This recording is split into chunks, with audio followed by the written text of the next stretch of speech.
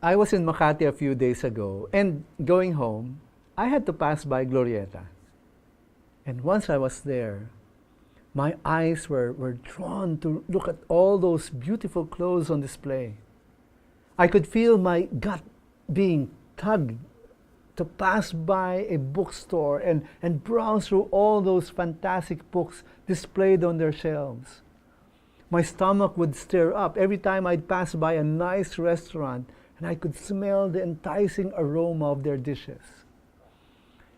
I know many of you would disagree with me, but sometimes I feel like the mall is the new temple of the gods of Mammon.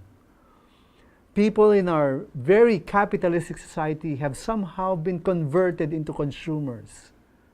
People are drawn by the power of advertising. Their desires are evoked by clever branding messages on broadcasts and social media.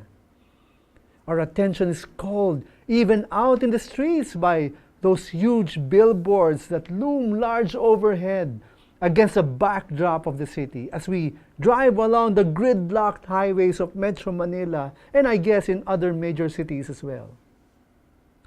We may feel this irresistible force to buy and consume. Our self-image requires it. Our friends' opinions compel us.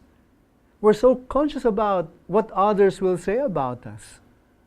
So we are trapped in an endless pursuit for the new, the expensive, the latest, the best.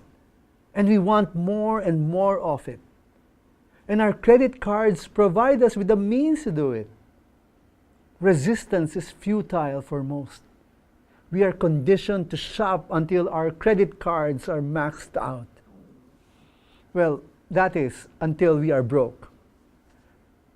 This strong materialistic culture is a deep trap that draws people further and further away from the kind of unencumbered life, a simple life of freedom that God desires for His children. The Apostle Paul warns about this danger in his first letter to Timothy.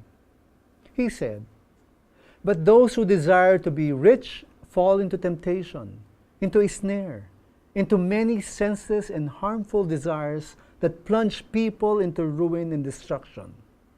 For the love of money is the root of all kinds of evils.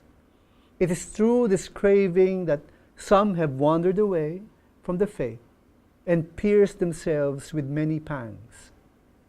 The Apostle Paul warns us of the deadly trap that lies in the tracks of people who set their minds on pursuing wealth as their highest goal.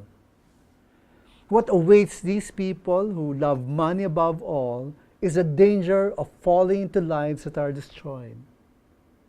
You get certain things you didn't sign up for when you pursue riches above all. The fear of losing all your wealth due to whatever cost. The danger of your money being taken away from you by evil people who are tempted by your very display of wealth. There's this risk of being swindled by dishonest business partners. And not to mention the damage to relationships that happens, even with your closest loved ones, when you set money above your relationships.